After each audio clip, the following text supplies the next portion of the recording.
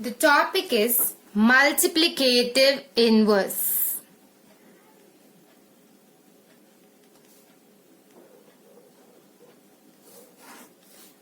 X is not congruent to 0 mod n, where this n should be a prime number. X is not congruent to 0 mod n means when I divide this x by n, I should not get the remainder as 0. This particular equation, I'm just going to write it in a different form. With this x, I'm going to multiply some random integer y. So x into y, this not congruent will become congruent, 0 will become 1 mod n. Now when I divide this x into y by n, I'll be getting the remainder as 1. These two are just the same. This is in the form of not congruent, this is in the form of congruent.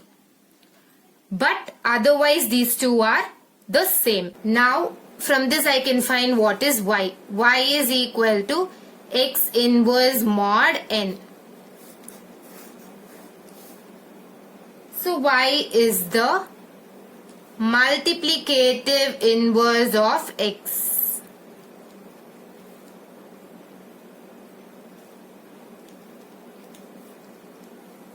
Now let me explain this with an example. The question is 3 is not congruent to 0 mod 5.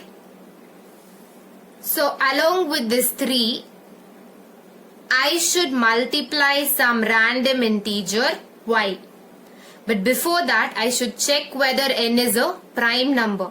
Here when I compare this with this, x is equal to 3 and n is equal to 5. So n is equal to 5. 5 is a prime number. So the condition is getting satisfied. Now I should multiply this 3 with some random integer. So 3 into 2, this not congruent will become congruent. 0 will become 1 mod 5. So 2 into 3 is 6. So when I divide this 6 by 5, I'll be getting the remainder as 1. So now from this, what is 2 I should write? 2 is congruent to 3 inverse mod 5. So I can say that 2 is the multiplicative inverse of 3. Or I can also say that 2 is multiplicative inverse of 3 mod 5. Now let me give you another example. 5 is not congruent to 0 mod 9. First you should compare this with this formula and write what is the value of x and n. The value of x is 5, the value of n is 9. The second step is we should check whether the n is a prime number or not. Here if you see, n is not a prime number because 9 is not a prime number. If it is not a prime number, then there is another rule. Both this x and n's value you should see. You should check whether x and n are co-prime or not. That means the GCD of x and n should be equal to 1. So here if you check, GCD of 5 comma n is equal to 1. Therefore the co-prime condition is getting satisfied.